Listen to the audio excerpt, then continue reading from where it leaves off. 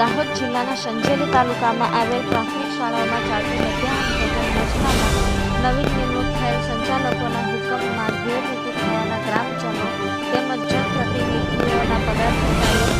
જવાબદાર અધિકારીઓ પર આક્ષેપ કરવામાં આવ્યા.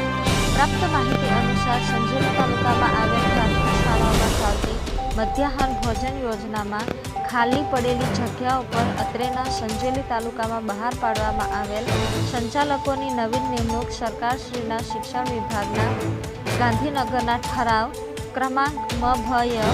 10-20-41-41-41-3 આર તારીખ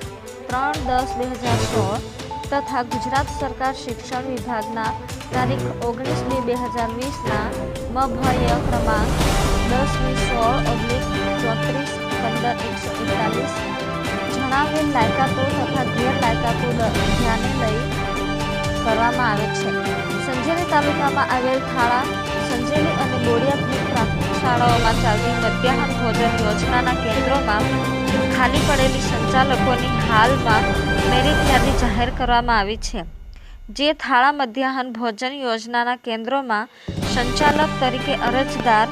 નિશરતા અમૃતાબેન લક્ષ્મણભાઈ અને બોડિયાભીત પ્રાથમિક શાળા મધ્યાહન ભોજન યોજનાના કેન્દ્રના અરજદાર ડામોર મંજુલાબેન રમેશભાઈ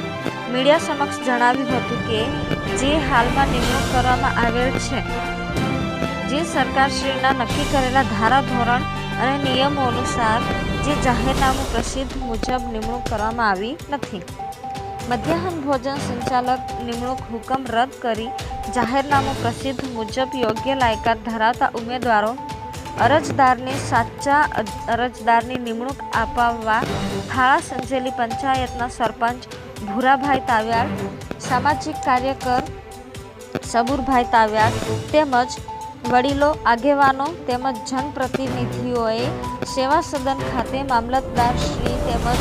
પદાધિકારીઓને ન્યાય માટે રૂબરૂ મુલાકાત લઈ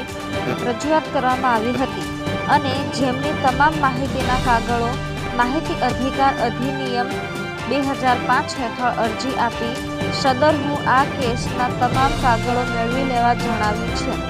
તથા ઉમેદવારના નિમણૂકના માપદંડ જાણવા માહિતી માંગવામાં આવી છે તેમજ બોડિયાભીતના ગ્રામજનોએ માહિતી મેળવવા રજૂઆત કરી છે.